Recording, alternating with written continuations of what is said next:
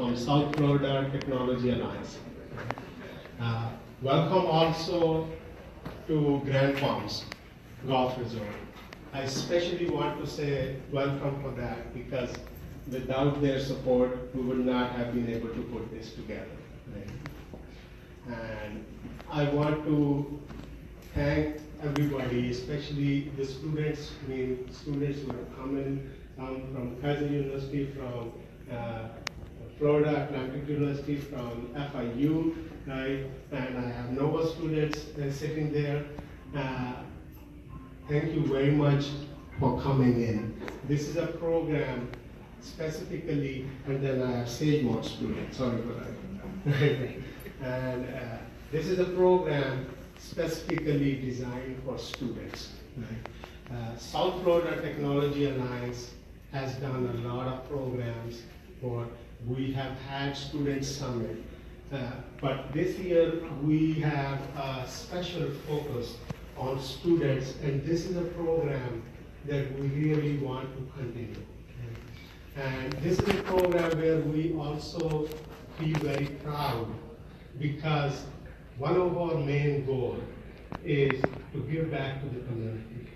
And there is no better way of giving back to contribute to the students or future generations. We have university people sitting here, they know it more than we have school teachers sitting here, they know it more than anybody else. This is the investment that is in future. And South Florida Technology Alliance, I want to assure you, is ready to invest in that future. This is a program we want to continue. I want to especially thank everybody, our universities that have come in. Professor Al-Halabi has driven from West Palm Beach, right? And he has driven traffic. All our other speakers, they're coming far away. I'm especially thankful to them. I'm thankful to South Florida Technology Alliance and all the companies. Sensentia is here, healthcare company, Dade Schools, Dade County System is here. All of them, they have supported us, and that's why we were able to put this together.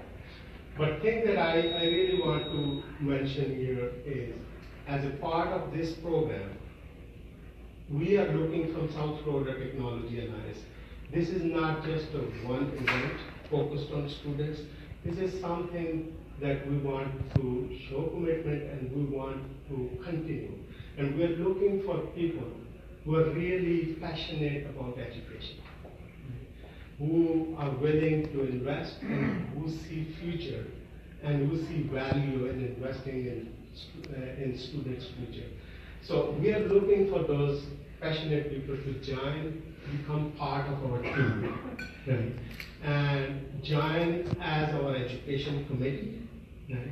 Join as our board member representing education, right? And realize your own potential, realize your own passion, right? And see the value. And I assure you, I am involved in it for the last 3 or 4 years. This is something that really gives you a return. This is something that gives you back. And this is something that makes you happy by investing your time in it. So I really urge all of you, whoever has a passion, to become part of our team.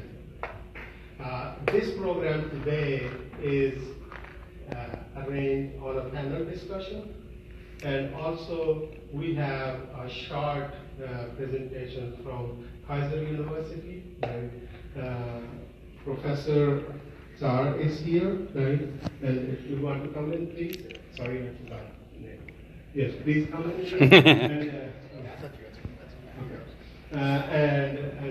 And they have a special program based on gaming, right? And they are connecting virtual devices, right, with those that creating a solution that is virtual reality based. And that's Well, thank you. My name is Edzo Masana, and I'm the Associate Dean for the School of Advanced Technology. I do want to apologize because we were supposed to have a presentation on the virtual reality that's a part of our gaming program, but for some reason, the instructor that was supposed to do the presentation didn't show up. So that's something I'm going to have to deal with him tomorrow. So, but Kaiser University, we've been around for 40 years. We are celebrating our 40th anniversary this year, actually, in February. We used to be a non-traditional school, but we are getting towards a regular traditional university, just like the rest of them.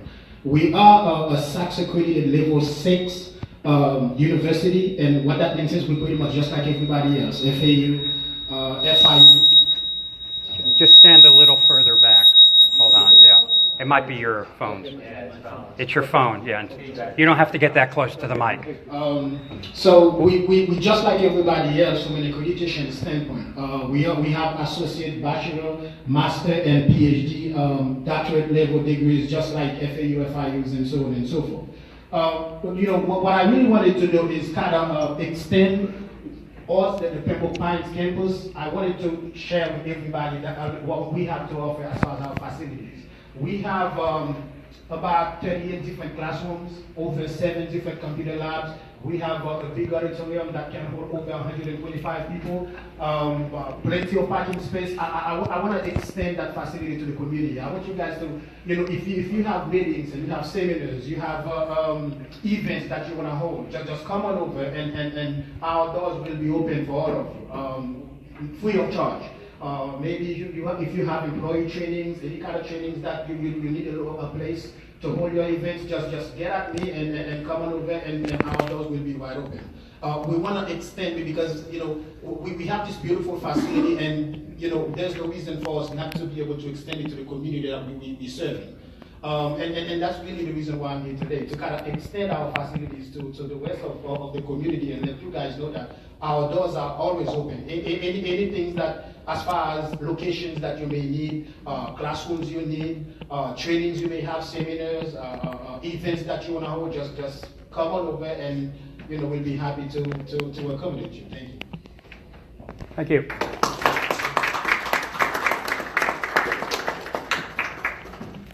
Thank you very much, Kaiser University. They have really opened their doors to us, and this is the kind of facility we are looking for. So we are looking forward to have a partnership with you. The other thing I want to mention is from South Florida Technology Alliance, we have a very exciting 2018 program. Right?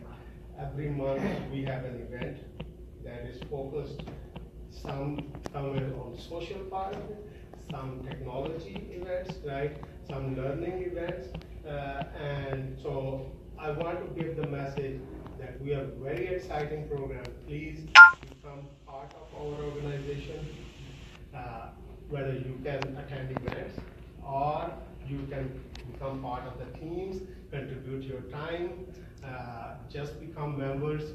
There are a lot of benefits, and especially this year we have more focus on our technology programs, and we have data and information technology event that's coming in. We have an architecture focus event that's coming in.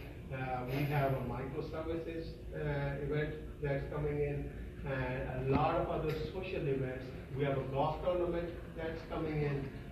So there are a number of programs that we have put together, all of this. If you go on our website, you will see all that. So please become part of it, and we welcome you on that.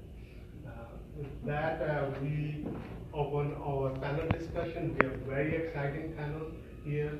I ask my panel members to please come on the stage.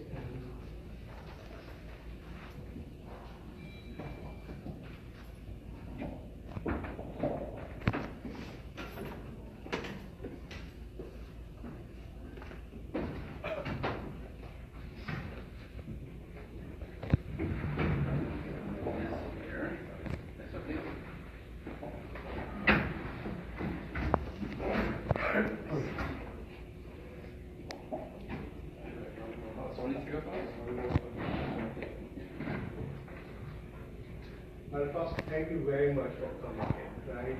I know that you all have been from Miami and from Miami, so thank you very much. So I will really let you introduce, right, first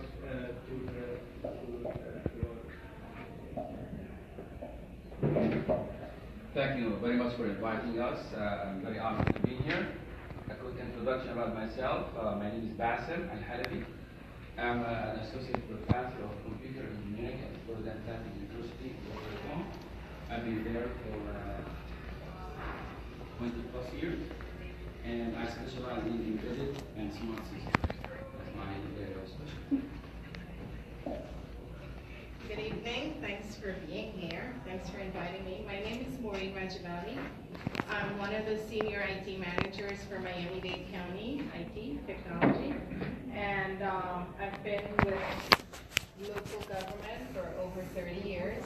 And then before that, I worked private. I worked for Eastern Airlines. If everybody remember Eastern Airlines, flew the world, and then I said, okay, bye-bye. And my area that I work with in the county are on projects relating to smarter cities. We're doing Internet of Things. We're doing video analytics. We're doing fraud analytics. And we've introduced Watson technology so we can service the citizens of Dade County in a digital way after hours. Yeah, hi everyone. Thanks for the invitation to talk with you today. My name is Peter Stevens, and I'm the Chief Product Officer of a company called SFTA. We're a local company working in artificial intelligence. And my background, I really started off in academia when I was back in Australia, and I kind of moved further and further into industry. So I actually worked as an industrial research and into an innovation centre with UNAM, it's a healthcare company, and now in the startup world. And what we do at Sensentia is we actually have an AI system that can read documents such as your medical insurance booklet that you get at the beginning of the year. I don't know if you've ever tried to read it yourself, but it's a very difficult, very complex set of information. You can actually extract the information into an artificial intelligence system automatically, and you can ask questions against the information. So, did you have information about insurance or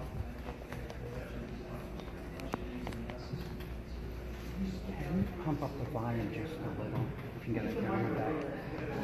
Can we pump that up just a little? Without feedback.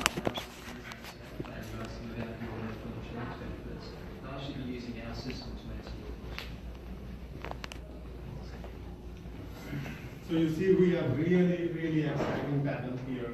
Right? And first, I want to start with knowing how do you see technology today, especially within your own company and within your own expertise. What is going on, and what are the exciting things that has happened, especially in 2017 in the past, right? And where we are right now. So I will start with Professor Al-Halabi. Okay, where we are going to be in a few years? Right now, our main focus is where we have, what we have achieved so far, where we think technology is right now, and especially the achievement that we have in previous years, 2017, and before going to the future, you know, where we are. The trends of today basically are the smart systems. Nowadays, everyone wants to make everything smart. Smart glasses, smart shoes, smart diapers, whatever, smart anything. Nowadays, especially the engineering students in my class, I teach undergraduate and graduate level classes in embedded systems.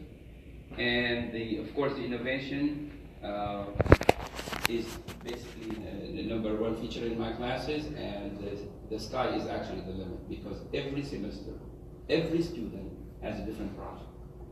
I know a lot of other professors, they say we teach innovations, and guess what? They repeat the same projects for so many years.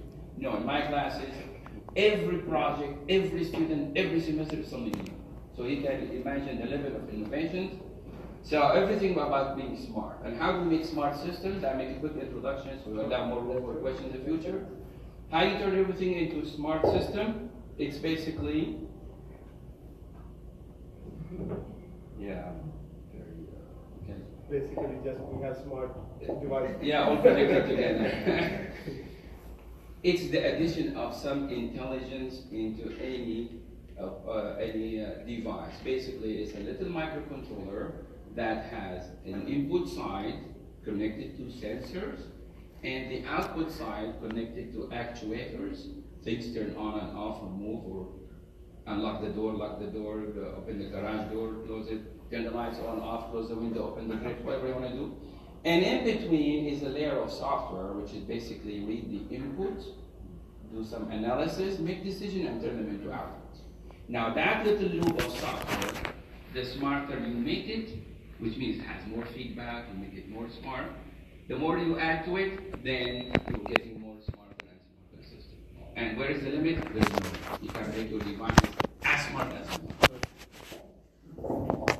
Maureen, especially from Dade County has implemented a Watson-based system, right? Especially for billing and question answer. The idea that especially excited me about that is that how the consumers can log on to the systems and can automatically get answers to their questions, their regular repetitive questions that previously were handled by the call center. So they are probably the first Watson implementation, right? And also in addition to that, Dade County is implementing a smart city initiative, right? So everything is becoming smart, as Professor told us.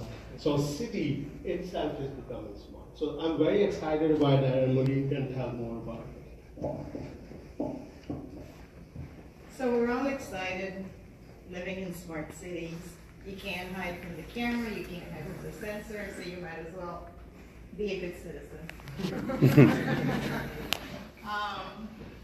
Only if you cannot hide, or always? So as part of our Smart City initiative, we look for areas of opportunity to make an impact in enriching the citizens' response and the citizen feedback, the citizens' life. So what we were noticing in our water department, we have a lot of breakage in the system, meaning people were calling, complaining, their pipes were leaking, their bills were high. So we had a high volume of customer service calls. And the only way we could have addressed that because of the volume was we said, oh, let's do a chat bot. So like, I'm government, we're not that sexy or leading edge or bleeding edge. So first you had to explain to people what's a chat bot, right? And then we introduced the Watson technology, which is really artificial intelligence, chatbot, the computer replying to you, all your series of questions. So we had to train the chatbot at least 1,500 questions. And the way we got this questions were based on calls that we would get. We transcribed all our calls. We put them in a table, and then we figured of these calls, what were their intention? What is it they wanted? So from there, we kind of segmented the calls, and we put them in categories of like 47 intent. 47 ways people ask all these questions. Miami-Dade County, English is supposed to be your first language, but it's not. So people were asking the question to Watson online, thinking in Spanish, but writing in English. So we had to have various variation of asking the same question to this chatbot.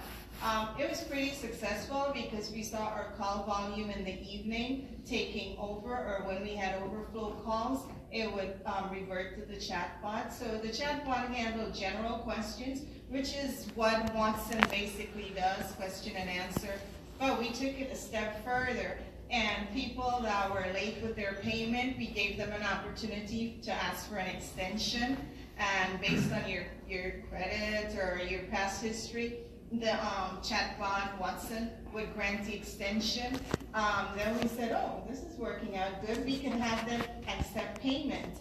Now, when you submit a payment, it takes 24 hours before you get an approval, and it's in that pending status. You know, you look at your bank and you see pending. So at this moment, your system is really online. Yeah. And users, when they log They can in, make they are payments. talking not to a human, they are talking to Watson machine. Right. That's So, pretty awesome, right? so Watson now is taking their payment real time. So you make a payment, it gets posted real time. So you are the Siri and Alexa of Dade County, right? Correct. Is that correct? Yes. So we were pretty excited with this project. Being government, we were one of the first to even take it from a transactional to a real-time payment, not just question and answer, to a payment in the back end. And it's been pretty successful because our clear, you know, we do a dashboard to see how many people get fed up talking to the chatbot, where they stop, what were the questions that we didn't answer, so maybe we could change the intent. So it's been a learning experience in just introducing new technology into South Florida, but even new technology into IT, you know, and we see more of this chatbot being implemented in government because the questions are basically repetitive, like 311, when is my trash pickup, when is my bulk pickup, like during hurricane time, you know, the chatbot could tell you your evacuation zone because not all people can, you know, get to a phone service, but they can text and they can chat. So this from the Dade County is going to go to state, right? Well, it's going to go to a different. But I thought that at some I'm sure point. eventually, because they're seeing the value of using the chat. No, I thought that at some point it might go to White House, right?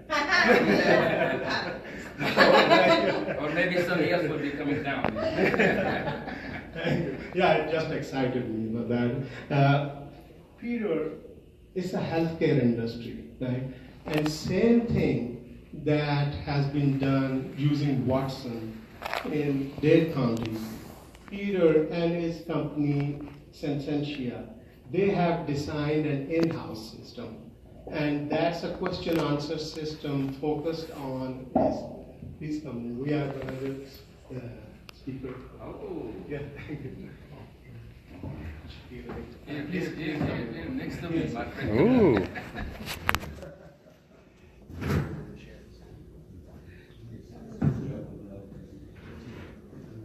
I'll interrupt a We're little a bit. long time friends. Yes.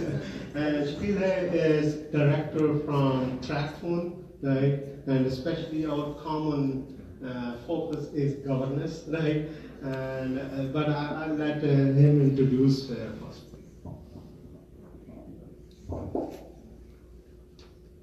You're on.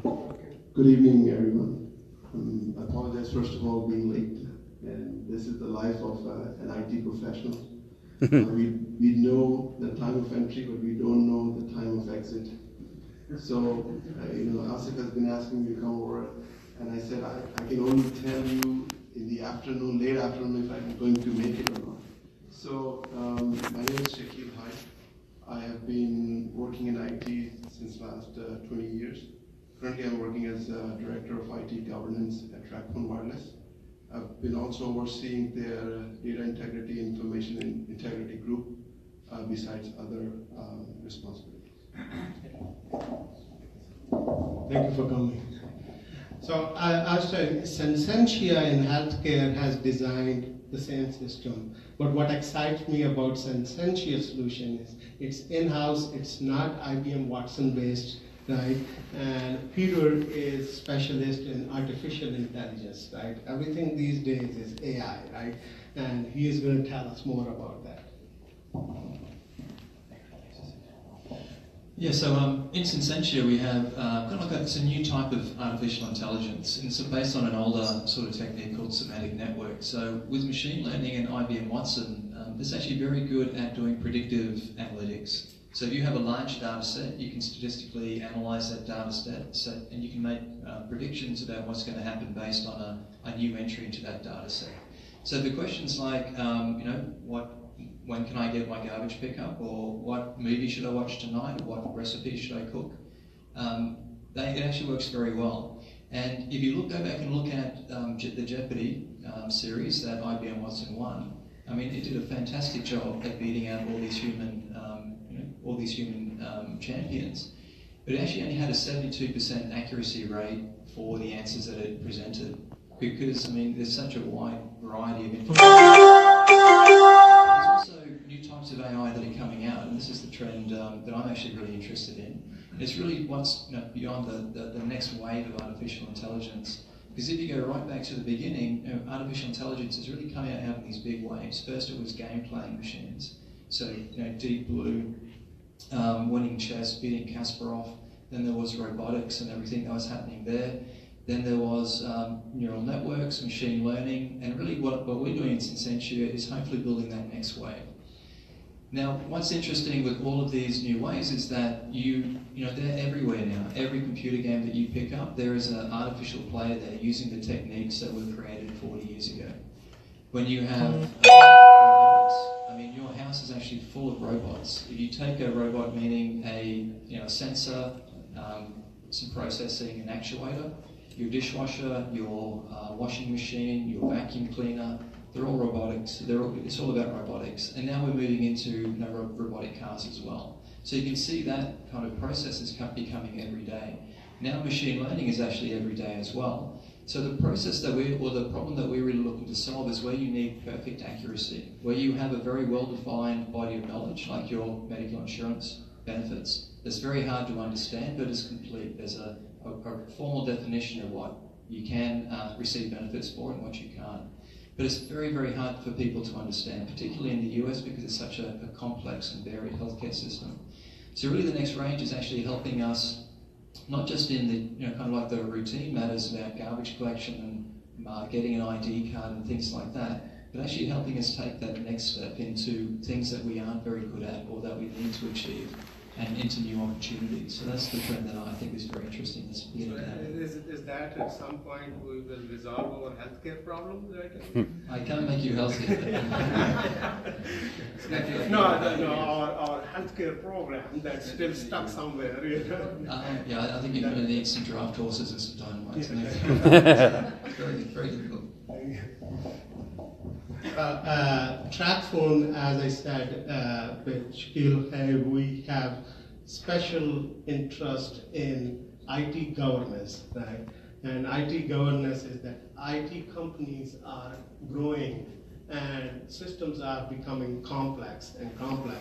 So they're moving from development to management and planning to really governance. So we will probably have somewhere governors in our IT companies, right? So Stine will explain us what is happening there and how are we dealing with governance within TrackPhone systems. And especially I'm excited because Stine represents communication industry, right? So that's bring us a different perspective than our healthcare and government and education. So that's it. So we are right now especially focused on what we have achieved in 2017, where we think we are right now, right before we move to the next. Right.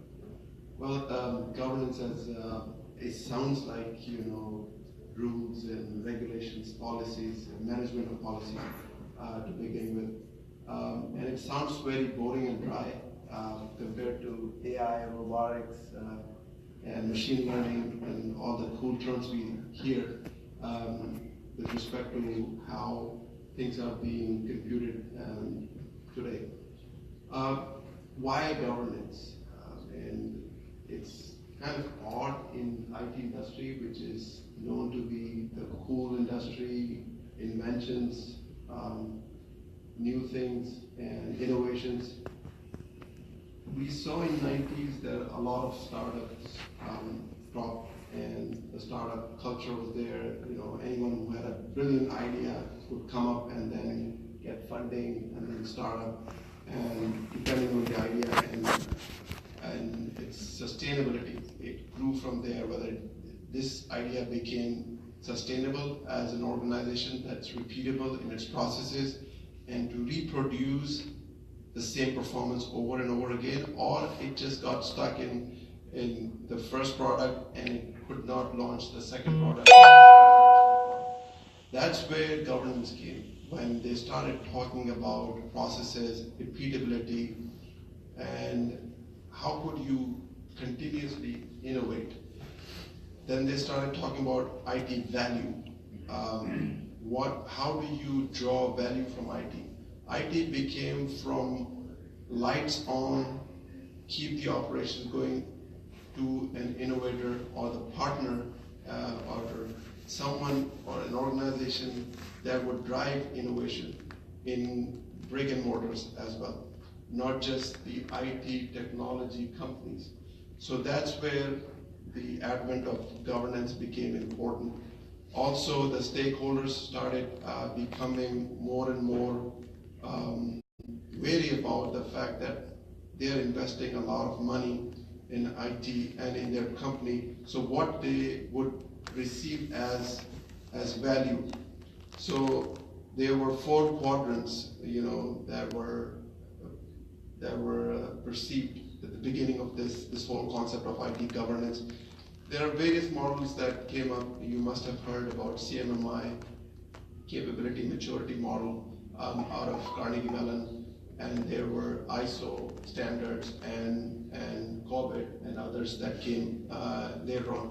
And then we remember, those of you who were around remember the Enron and Sarbanes-Oxley, that there were a lot of scandals and things that happened that were not expected, and IT became a victim or source of victim, creating more questions than answers.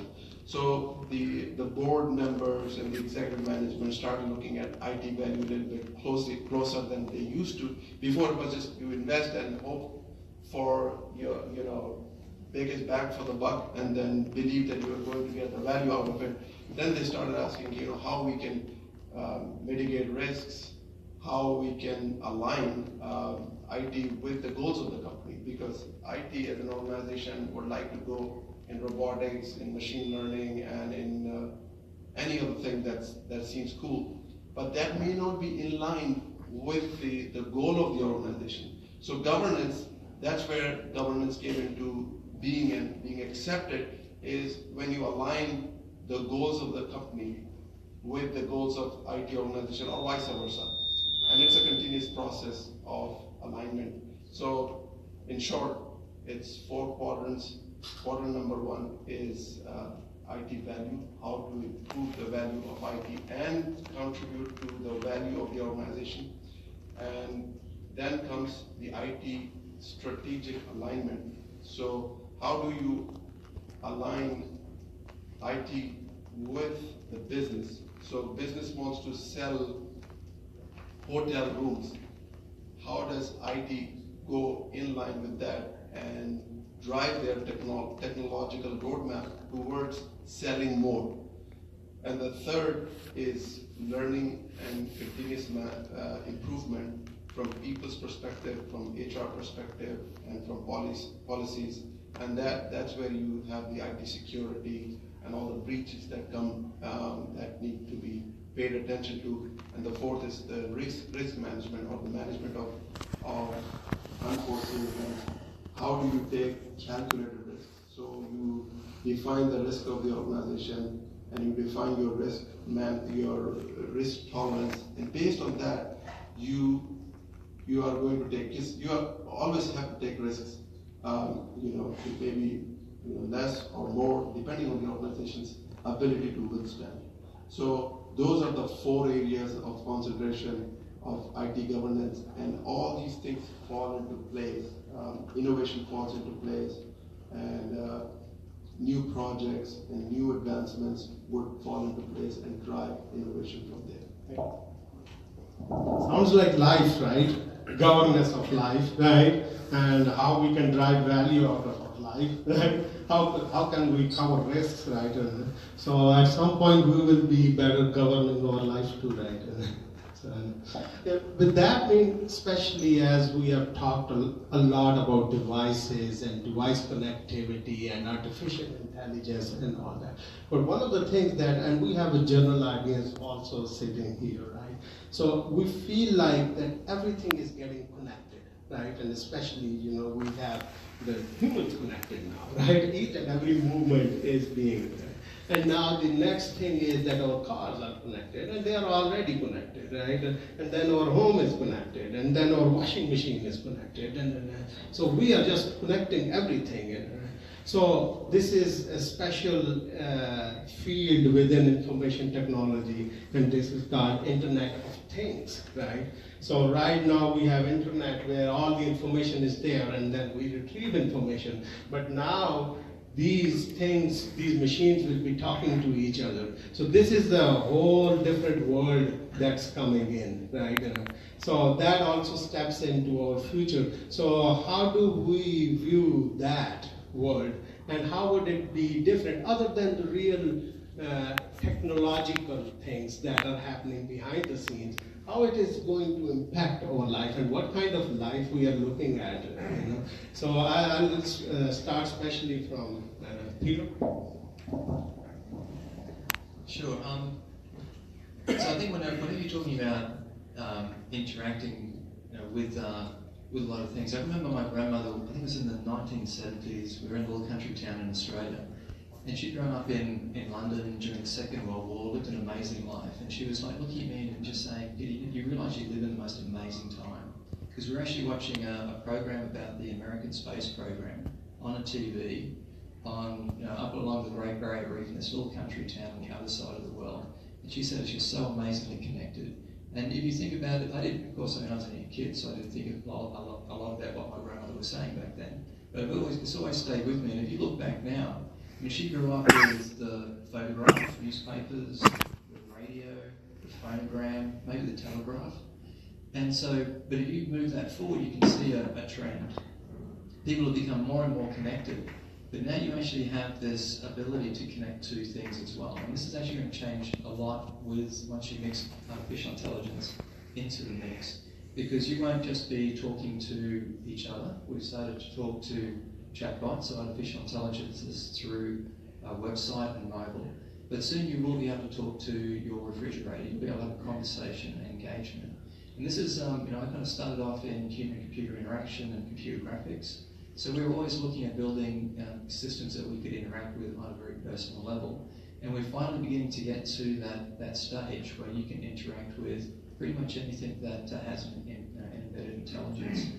So one question that always rises is, will the refrigerator turn around and hate me and try and kill me? You've seen Elon Musk, you've seen Stephen Hawking, but you can't see this as, well, I'm hoping we won't get to the stage where we see these things as separate from us. Because if you look at how we've used technology and how technology has developed over that time, ever since my grandmother was a young girl, is that it's been used to basically evolve us. We've actually, if you think about it in an academic way, we're always bound by biological evolution. So I could run, if I ran for an hour, I'd probably make 10 miles if I had nothing around me. If I was to yell, most people could be heard half a mile away. With me, I could be probably heard 100 yards away.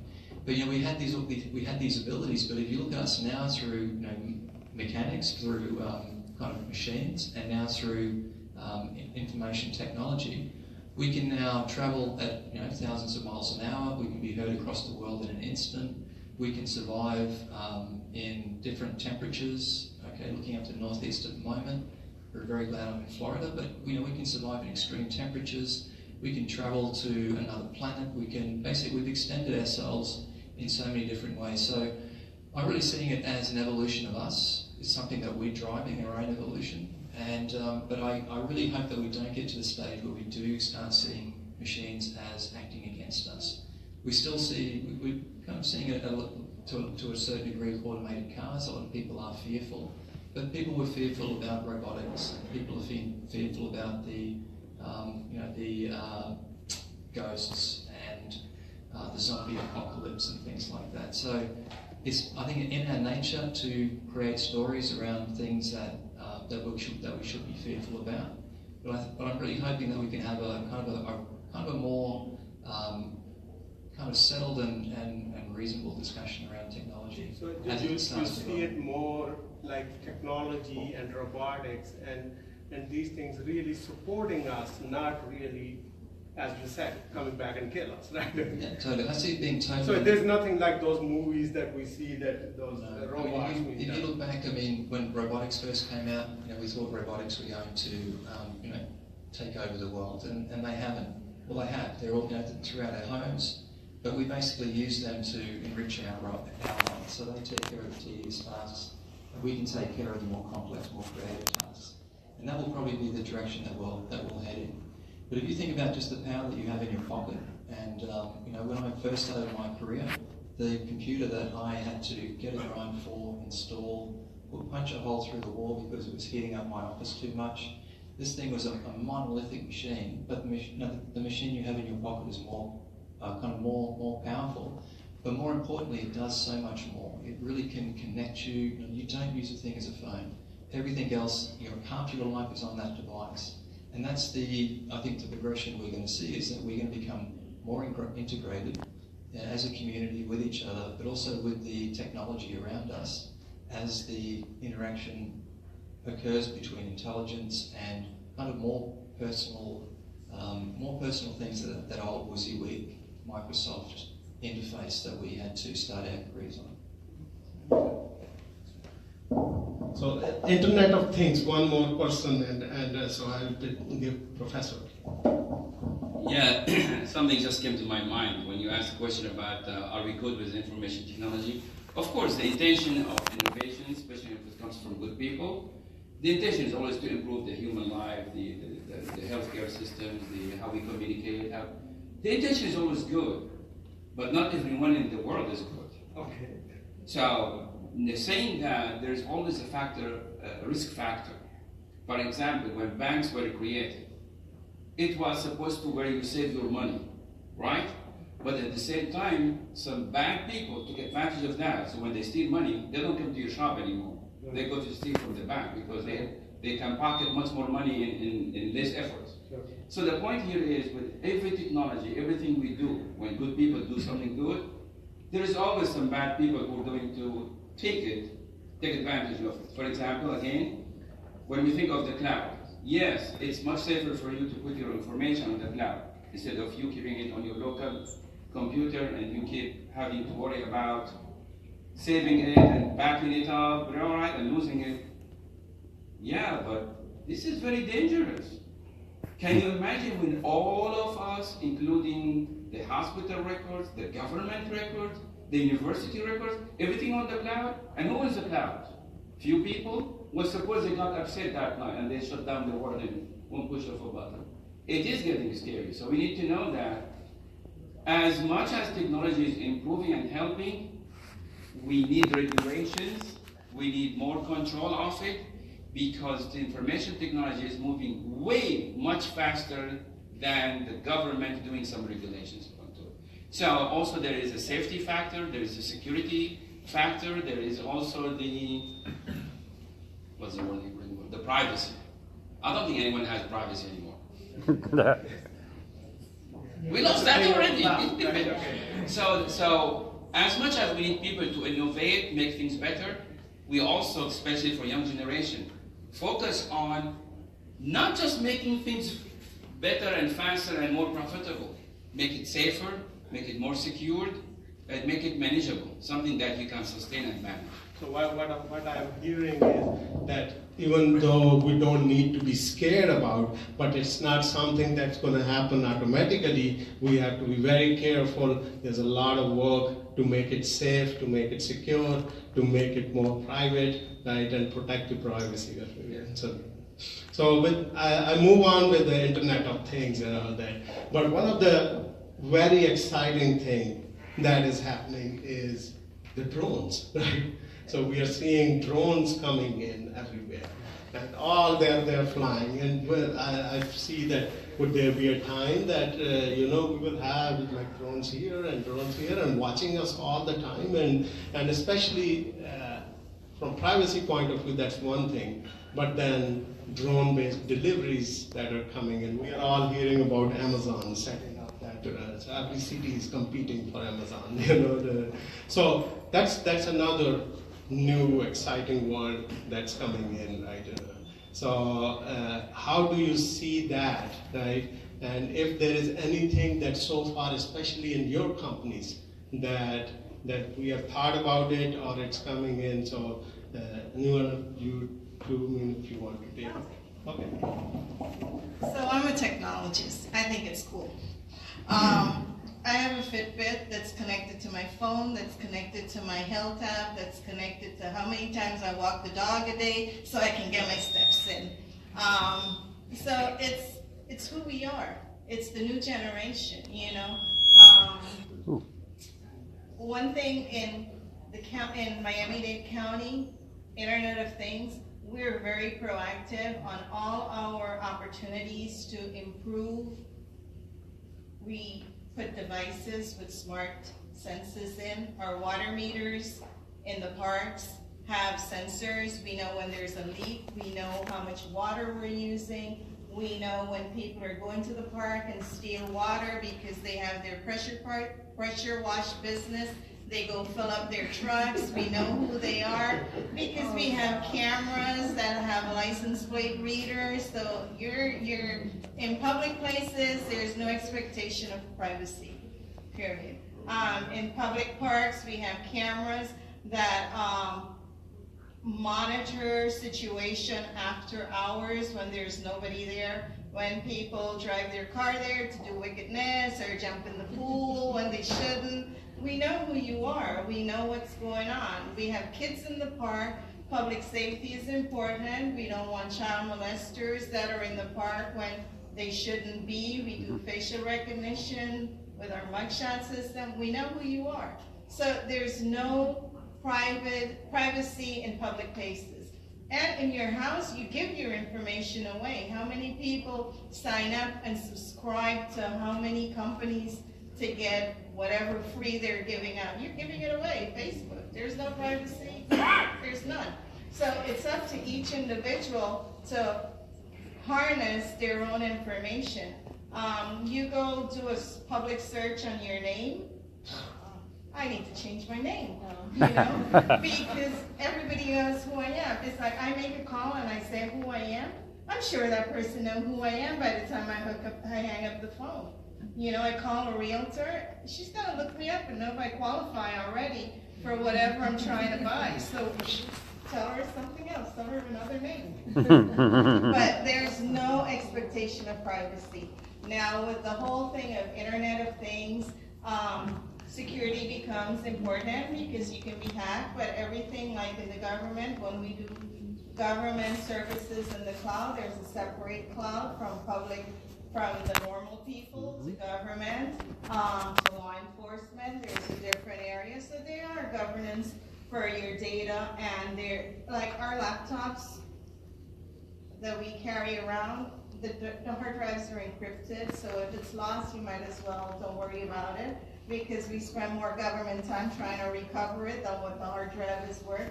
So there's measurements in place. It's just be ready. This is the wave of the future. You know, we see the young kids there. They're going to go to college, and their whole philosophy is going to be different. You know, social media is you sharing your information. It's a marketing strategy for predictive analytics. We've done predictive analytics.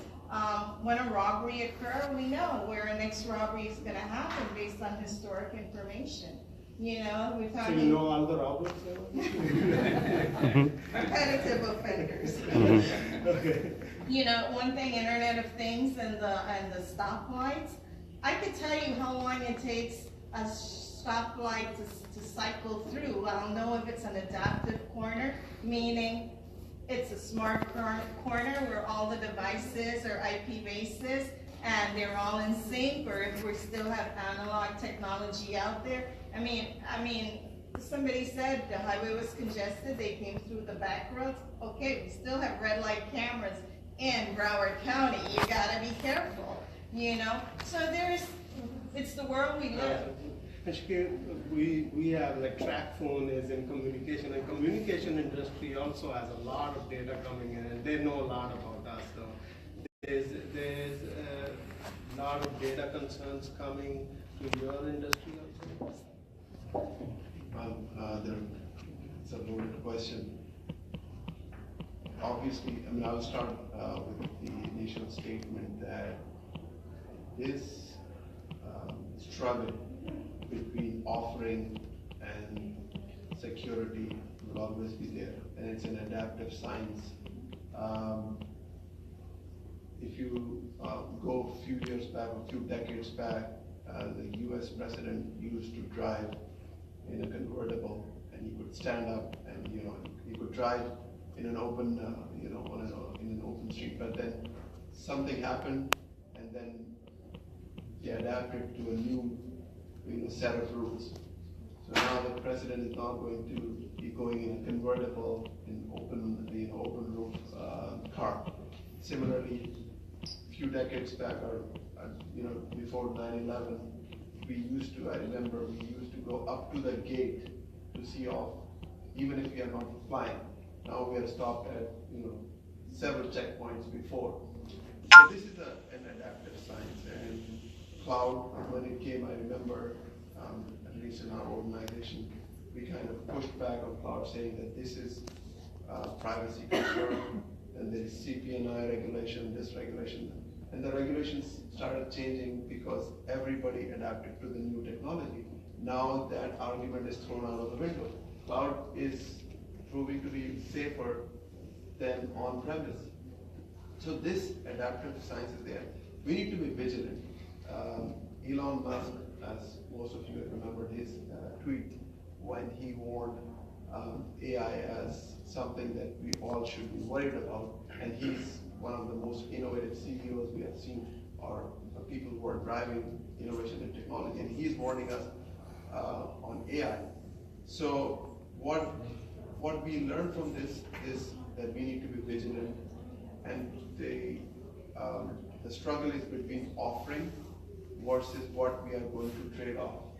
So if the offering is really big, then we will trade off our privacy and other things that we have been trading off.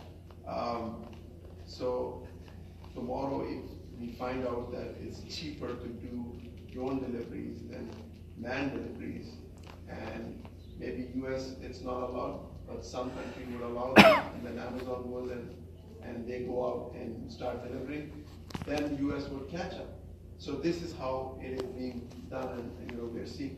And by the time we catch up, someone else has already done that. So this is how fast it's going with the AI and the IoT. I was really surprised the last time I went to buy a washing machine, and that washing machine was connected to a SIM. And then, sure enough, in a few months, we as an organization started selling SIMs to appliances, and a lot of people have home security, and those home security devices have SIMs in it, and they have an actual phone number that's working, and just in case if the cable connection is lost or power is lost, still you have home security. So home security took a leap because of this technology. That's IoT. IoT was already mentioned. So sometimes we are coining the term later on than we are actually using it. So it's the big data. Big data has been around a long time, but putting them together and using them for predictive analysis and doing forecasts and what have you and selling. So coming back to the original question after the baseline statement is, yes, we have to adapt. Now, from the industry, from the telco industry, there are various concerns. Call data used to be a source of concern that you cannot share. If you make a phone call, every phone call has a metadata secured and saved somewhere. So when you make a phone call, whom you are making a phone call, and who is making the phone call, how long is the duration, except for the voice itself, everything is saved. So the metadata around every call is saved, and I can just share, just one telco saves close to 2 or 3 billion CDRs, call detail records per day. So there are trillions of CDRs being stored. And now you add the data sessions, that every time you make a data session open, That's also stored. They store this, they used to store this for subpoenas and criminal investigations.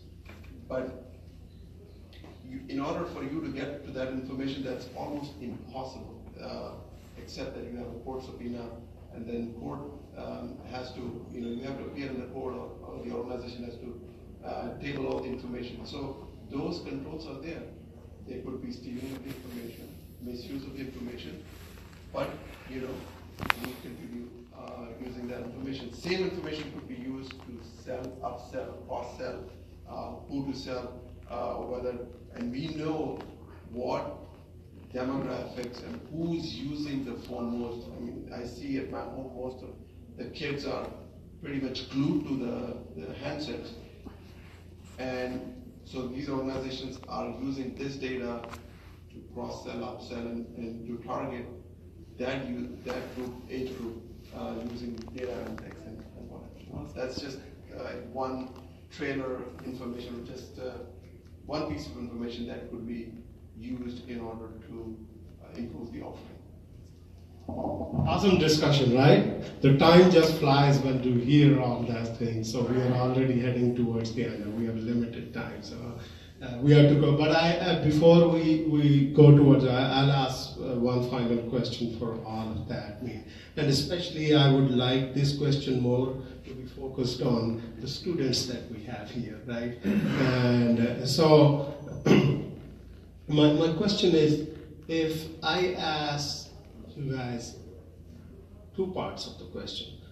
If you give 1, 2, 3 pieces of quick advice to the students, how they can position themselves, right, for the time that's coming, and especially those who are positioning for the IT industry, and because it is everywhere, So what would be your 1, 2, 3, right, or even one piece of advice? And quickly, how you fit that and why you're saying it, and what kind of future you see of IT and how that advice fits into that scenario, right?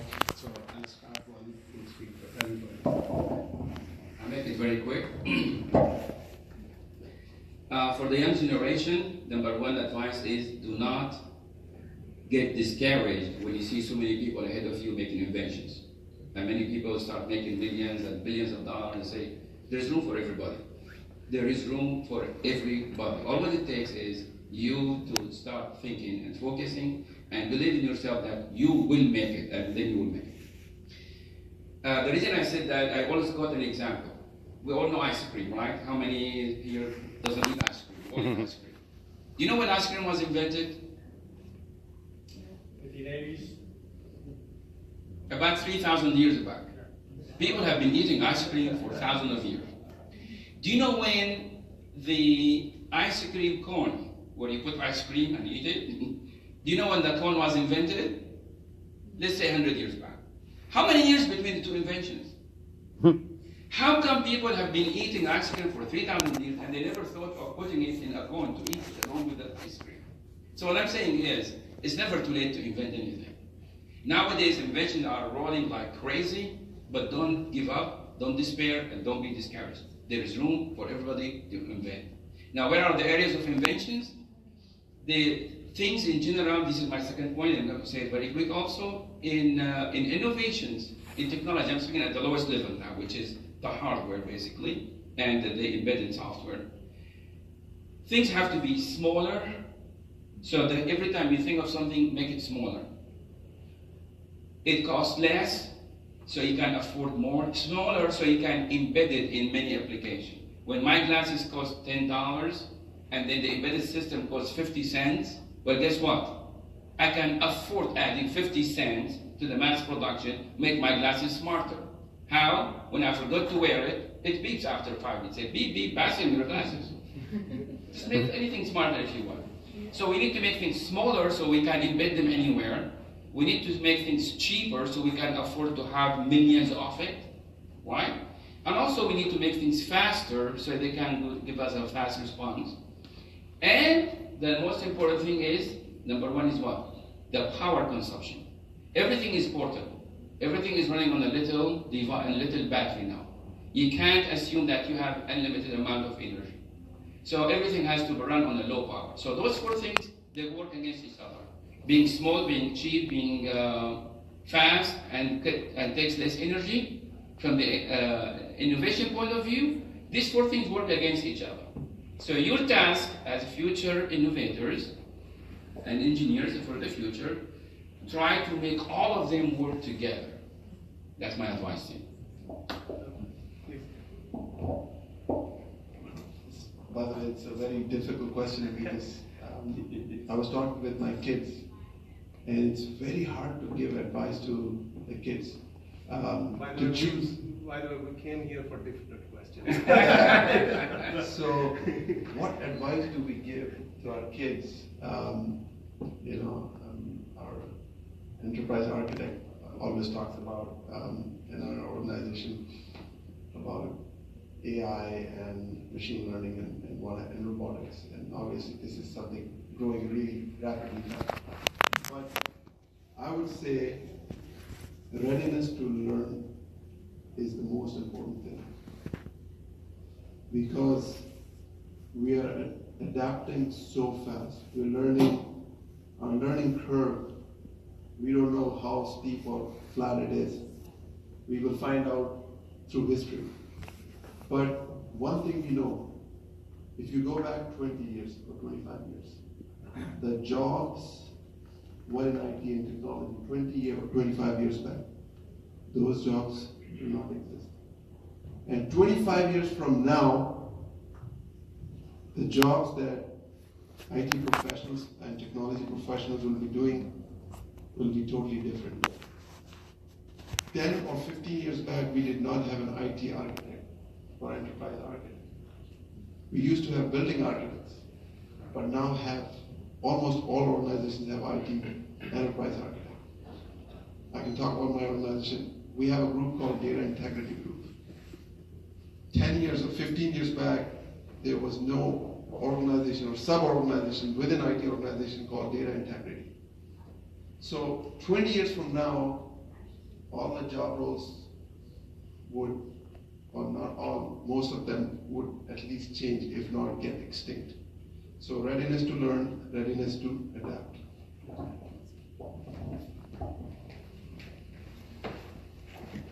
For the students of the future, I say you do what you like. Because if you do what you like, you open your mind to everything. Because technology is in everything. One of the students told me they wanted to be into security, cybersecurity.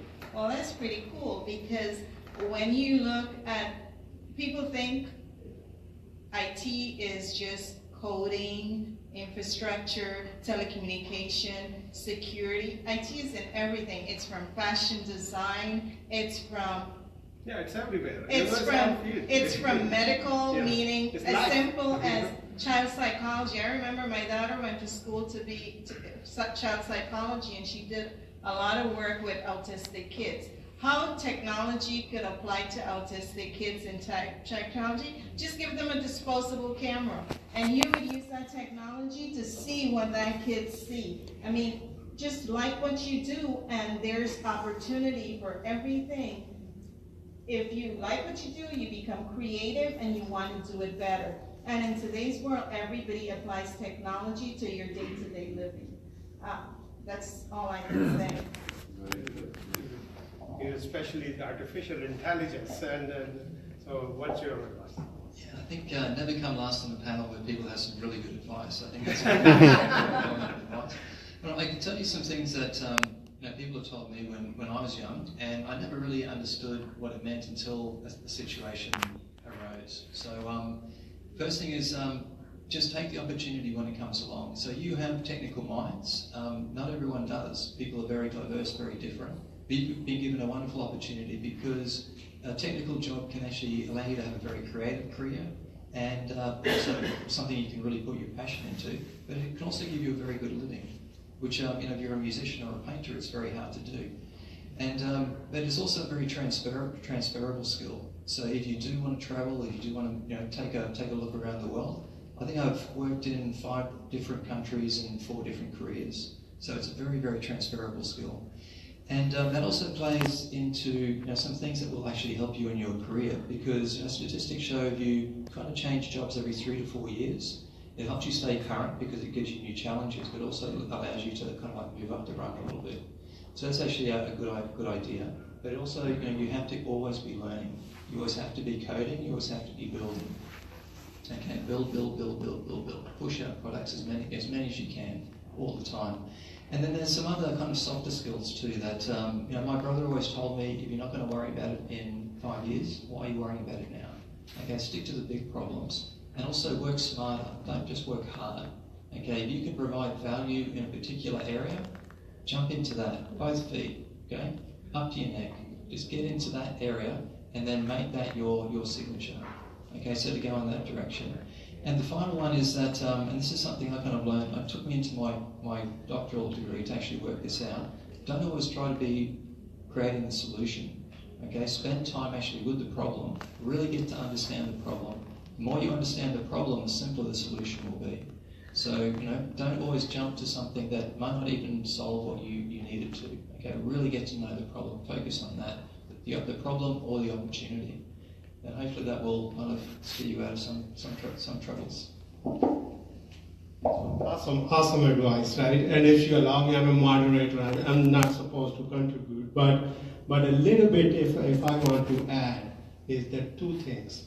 Number 1 is curiosity, trying to see the things the way they are, not the way you want them to be. Number 1, and number 2 is getting rid of your fear that you can't do that, right? Everything is possible, that we have all had. That fear is the only fear that we need to overcome, right? So fear and curiosity, these are the 2 main things that if I want to.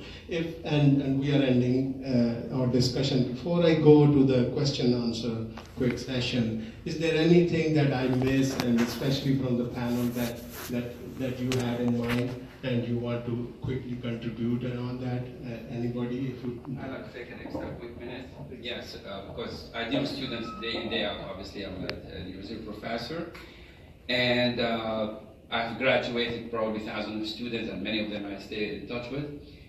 The best way to get job for students when they graduate is when they are focused. Knowledge is, there's two dimensions for knowledge. Breadth, meaning like how much you know at the same level, wide area, and there's depth. You can't control both. You can't have both. There's no way on earth that one single person who has so much breadth in knowledge and deep in everything. You can't. Your brain cannot control that. So what you need to do is, it's always good to start with breadth. You need to have as wide information as you know. But make sure by the time you're about to graduate, focus. Pick up one area of technology. There's so much out there. And don't take it as jealousy. My friend is doing this, or this makes more money, less money. Pick up the thing you like the most, because that's where you're going to excel. Because it's not about it's a job, it's a passion you have. And when you have a passion for something, you excel. So you pick up, as you about to graduate, pick up an area where you focus the most, being software, being hardware. Even in hardware, you want to work on sensors, on actuators, or even above this, you go about a level of applications, governance, whatever it is.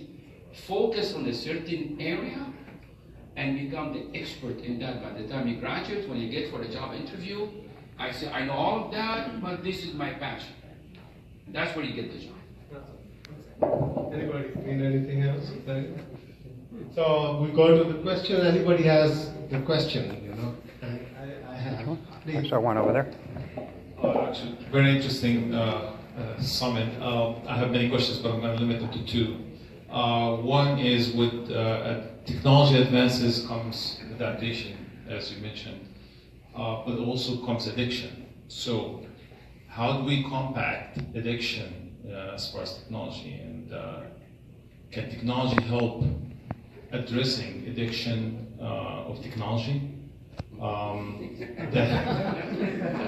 the second part of it is we've seen a lot of, for instance, criminals Do online. you have an easier second question? Well, I'll limit that to this one. But the second part is probably easier. I mean, we know, you've seen that we have cameras, we have everything. We've been monitored. Yet, they're not able to catch predators, for instance, online or things like that. They can't do that, but the technology has not been for instance, if someone has mental issues, yeah, or schools, or kids being bullied in schools, yeah, just the other day, 12 years old, committed suicide. So how technology can help addressing all these issues in a much faster way, where they can go and try to detect. I know there's liability issues, there's this, there's that, but that's my. Anybody? Okay. So from the bullying perspective, that's a social problem. And social problem involves the community, because somebody isn't bullied by themselves. It's somebody else that's bullying that person. So everybody has to step up in the community or in the school or the counselor. That is something that it's taboo. People, oh, I don't want to be his friend, or I want to be his friend. Those things, it's education. At the school level, in your home, in your church, it's a community problem. But Look what, how can technology help that? Okay, so like I tell you what, you have to it's a social engineer problem. In the county, we have a site where you can go, Office of Inspector General. Anybody messing with you, you can go there anonymously and file your complaint. Okay, so people have to be educated on how to do these things. Parents have to be more connected with their kids on this. Look what happened with the gymnastic team. That is a national problem. It was embraced by everybody. It's a community problem. Is you also, because you are part of the city, are you also receiving data from other organizations, maybe security organizations, to analyze and help? So like, okay, so in the jail,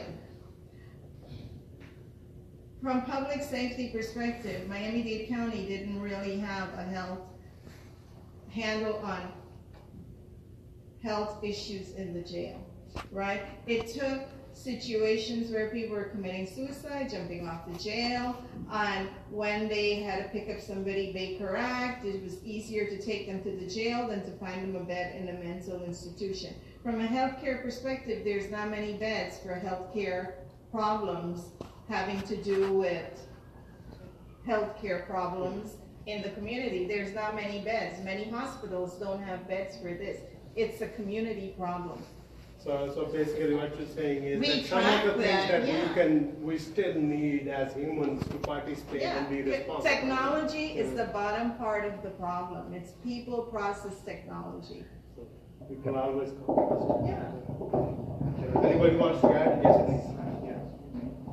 This question, I'm suffering myself. I have 4 kids, so that's where you have to balance as a parent and technologist. And to be honest with you, the technology addiction, we are all adapting to it. And like Asif was saying, see things as they are, not how you would like to see, and that's also a challenge. So when we were growing up, or around that time, before that time, TV was a big addiction. TV, and then the CDs and the videos, and so the addiction adapted itself based on the technological evolution. So from TV to video to CDs to now handset addiction that the kids have, because now they can do pretty much everything using the handset. So again, we need to bring balance that they could still innovate, think, and live like a human being, and not get into depression and end up in other problems, functional problems. So that challenge is still there. As we are adapting, there would be more and more tools to adapt and go through how we learn quickly. One thing I used to do is very draconian, and I'm not saying everyone should do that. I used to turn off Wi-Fi during dinner. Because when we are sitting at dinner, we don't want the kids to stare at the screen and not talk. So those things are slowly disappearing. The contact. The last hurricane, what was Irma. it? Burma. So we were traveling, we left town, we went to Jacksonville, and the place we stayed, power was out for 2 days. After 2 nights, the backup power was gone, so all the kids had drained their batteries. They started playing with each other, they started talking to each other, so I was like saying, this is a blessing in disguise. They started talking to each other.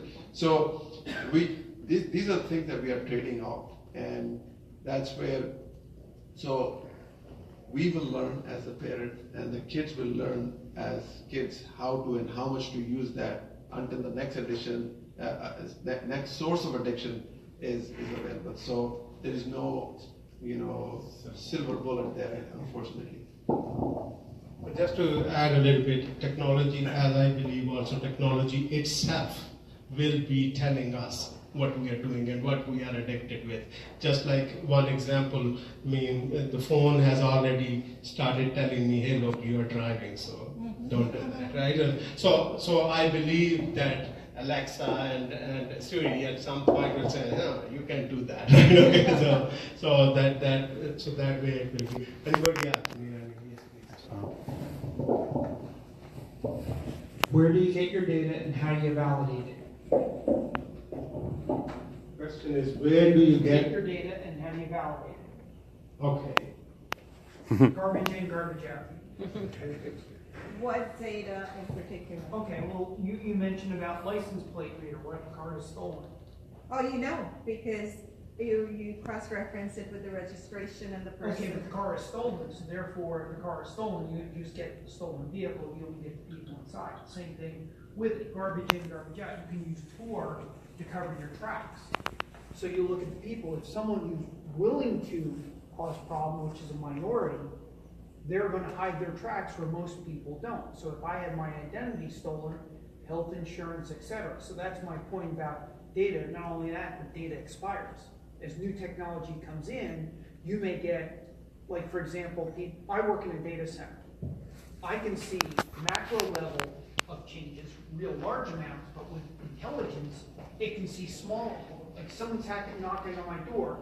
If someone knocks the door 1,000 times at night, I know there's a problem. But if someone knocks at my door only 3 times every other night, I'm not going to notice that pattern. I might wake up and say. So the point is, where do you get your data? How do you validate it? And when do you expire it? And when do you put it as archive? You can collect a ton of data. So that's my question with technology. How do you use it? So like how to validate the data, right? Yeah, because you can get data from SunPass. You can get data from different sources. How do you collate them and put them together? Right. Okay. And how do you get something that you can use? Because I can use stock market data. Well, it depends on the time and date. Okay. So I guess we will be writing smarter systems, smarter programs, smarter. I can answer real quick, obviously, but this is an area of research in universities. Many students are writing their PhD dissertations and doing years of research trying to make sense of exactly what you were just mentioning. Because most companies, they were after money. They were not after real usefulness for all of that. But a lot of companies start piling up billions, trillions of bits of data. And they were bragging about, oh, we have data, and they will start selling information. But most of the data ended up being wasted because no one was able to make use out of it to a certain point. So the new research area, this is for future generation, there's something called data mining, which means here's a tons of data, mine into it and grab what's useful and throw away. And yes, over time, data will die off because everything is being time-stamped. So after a certain time, things do not have value anymore. That is one way of reducing the amount of data that's being piled every single minute in our lives. So this is a true concern, but researchers are working on it, how to make the best out of it. It is a concern, yes. You want to do PhD in this? Thank you very much. That was a hard question. Yes, it is an issue. Yeah. Okay, so we will be ending, so I just want to take like 1, 2 questions. So 1, 2, okay? Thanks again. That was actually a very good panel. A lot of the topics discussed. That really was. Yes. Very good panel, right? Show them some love. It's good. That was good. When we talk about IoT, and we're blending in things like privacy, security, and talking about things like regulation. My question is actually for the university community. Is cybersecurity being enforced as part of required curriculum for some of the new engineers coming out to take into account the security? Look at Spectre and Meltdown and stuff that's been overlooked for 20 years. Not every engineer coming out is going to be a PhD, but for the entry-level engineers coming out working on the new innovations, are they taking cybersecurity seriously to incorporate that as required curriculum for the new engineers coming out? That's a very powerful question. Anybody? Yes, actually, cybersecurity and data security and privacy, all these issues come together. Data safety and all, there's a lot of names for it. Many universities now, if not all, they have an entire curriculum based on that. At FAU, we have an entire team of professors. They specialize, especially the young ones now that we hire, the young generation. They are coming with the specialty of data security because it is an issue. And I'm telling you, it is a serious issue. A lot of us are so vulnerable now. Everything we do is known to some few people out there. You have no idea how it might be used or misused. So data security and privacy, it is a problem. And big companies nowadays, they're just after money. They want to sell big contracts, big government places, just want to make money. But they are not telling honestly how vulnerable we are becoming, on a daily basis. But it is a major area. I encourage everyone to get into this. Yes, it is a major area. And many universities are doing it. Awesome. Last question. Really last. Thank you. You guys did a great job. And my question kind of to the panel is, this is for the kids or the younger students. So if a family only has, say, $5,000 to spend on their education, a lot of people don't have a lot of money, what would you recommend to them to say, here's where you're going to get the biggest bang for your $5,000, and we're going to kind of take you to that next thing. You can go to, I know that Broward College has a CCNA program. I think it's about $2,500 or something to that effect. Or, they have these one-year programs at Broward College, and I think, so do you recommend them taking, Python, SQL, taking a networking course, or, just to help them to give them guidance? Because my problem is, my kids went to college because they were very privileged, and all their friends as they went through college, none of them ever took the right stuff. Even the ones that got the degrees, they didn't take a database class, they didn't take a networking class, and they couldn't work for me as an intern because they didn't have the basics. That's an education question, so please just bail us out on that. Okay, I make that very quick. I make myself available as a free community service. So that is any, awesome, right? any young generation. That is awesome. There's no one size fits all for this. That's a very big question. I can spend the time until midnight talking about it. But instead, you guys are my friends, my future friends. You know where to reach me. I'm a professor at Frederick University. I leave both my business cards here.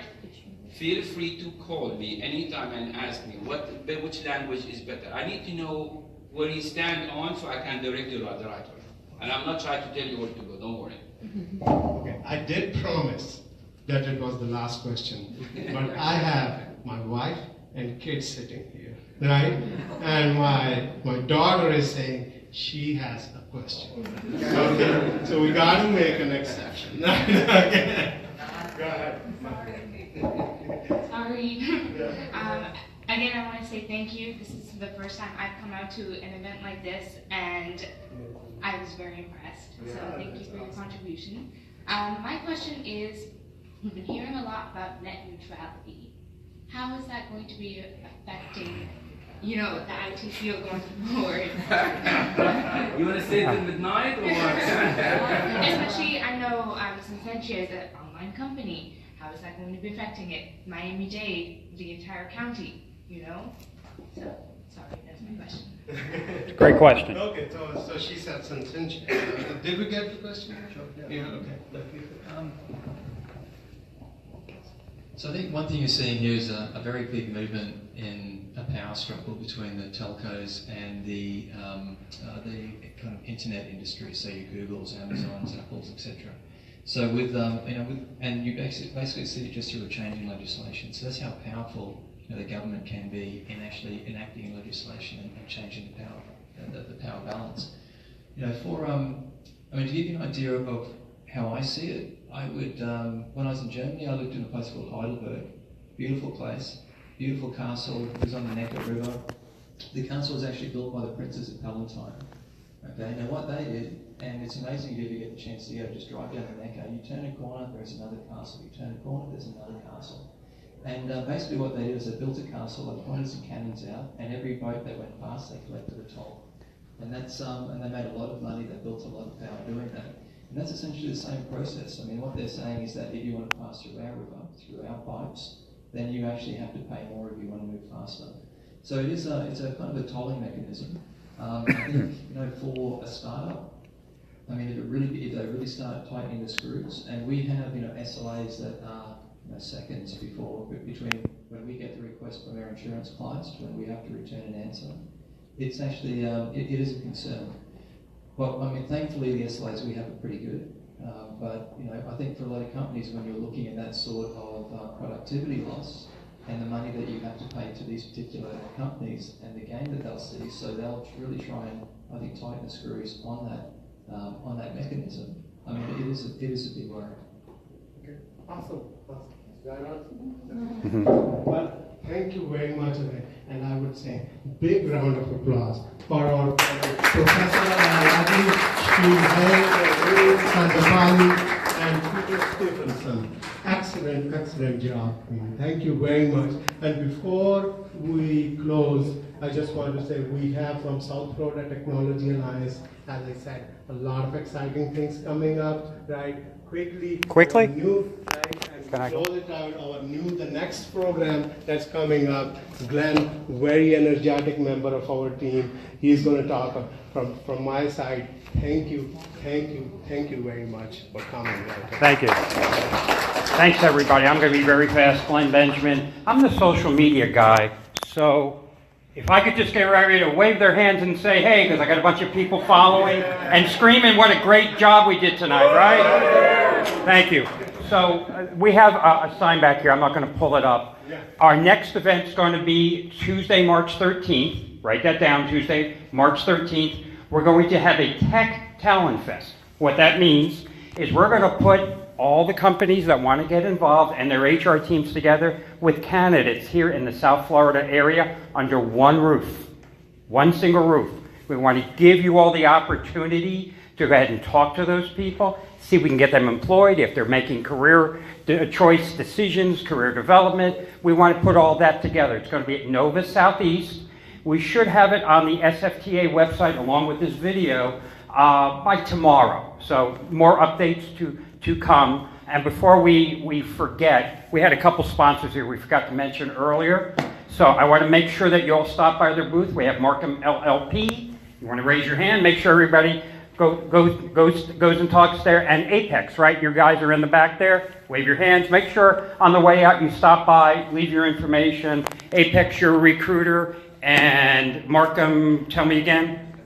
Accounting and cybersecurity and all that fun stuff. So catch them on the way out. Thanks for your time. There you go. So we close it. I want to mention one friend of mine. This is a team, as I said, the exciting people, passionate people. We have a person from our team sitting here, John McLaughlin.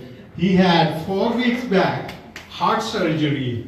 And he is, after 4 weeks, he is sitting here. He's a very energetic member of our team. Yes. And that's the kind of people we need, and they pull together these events. So, end of the day, thank you everybody for coming here. Right? Thank you, panel, and we really enjoyed it. Looking forward to it. Thank you.